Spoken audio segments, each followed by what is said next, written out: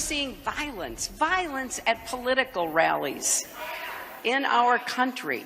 That's the kind of thing you see it on TV, you assume is someplace far away.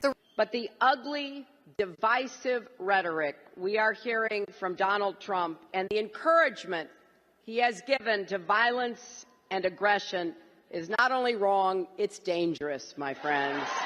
If you're there and you're protesting and you do these actions, you will be attacked at Trump rallies. That's what we know.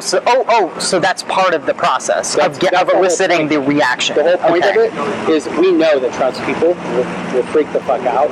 His security team will freak out, and his supporters will lose their shit. So I'm basically Deputy Rapid Response Director for the DNC for all things Trump on the ground. Nobody's really supposed to know about me.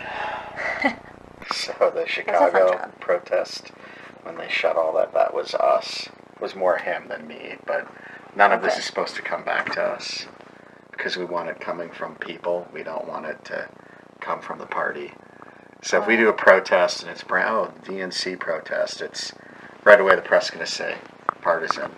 But if I'm in there coordinating with all the groups on the ground and sort of playing field general, but they're the ones talking to the cameras, then it's actually people.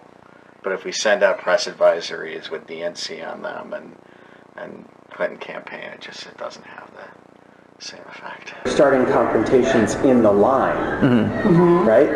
They're not starting confrontations volunteers in the rally, because once they're inside the rally, they're under Secret Service's control. When they're outside the rally, they're more affected out. They're harder to get in. The media will cover it no matter where it happens. I assume it's always in the rally. Initiating the conflict by having leading conversations with people who are naturally psychotic. Right. Okay, I mean, honestly, it is not hard to get some of these assholes to pop off. Right. It's a matter of showing up to want to get into the rally in a Planned Parenthood t-shirt. Or, Trump is a Nazi, you can message to draw them out and draw them to punch you. Hillary is aware of all the work that you guys do, I hope. The campaign is fully in it. And then they tell Hillary what's going on. Well, Hillary knows through the chain of command. Yeah. I'm not suggesting we wait around. We need to start this shit right away. Okay. On every one of these fronts. Okay. What I call it is conflict engagement. That's your version of reenfranchisement. Conflict engagement in the lines at Trump rallies. We're starting anarchy here. Tomorrow, for instance, we are turning out 500 people in front of the Trump International in D.C.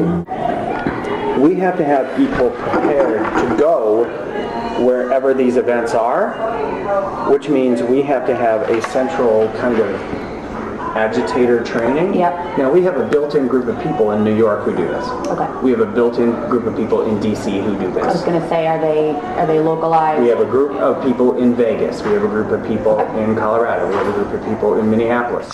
We are contracted directly with the DNC and the campaign, both. Yeah. I am contracted to him, but I answer to the head of special events for the DNC and the head of the special events and political for the campaign. The campaign pays DNC, DNC pays Democracy Partners pays the Fogle Group, the Fogle Group goes and executes the shit on the ground. We are the primary mechanism as a team. Democracy Partners is the tip of the spear on this. Wherever Trump and Pence are going to be, we have events. Okay. And we have a whole team across the country that does that. Both consultants and people from the Democratic Party and the Democratic Party apparatus and people from the campaign, the Clinton campaign. My role with the campaign is to manage all that. For a little orientation, Democracy Partners is kind of a group practice of a variety of consultants that do essentially a wide variety of different kinds of political consulting.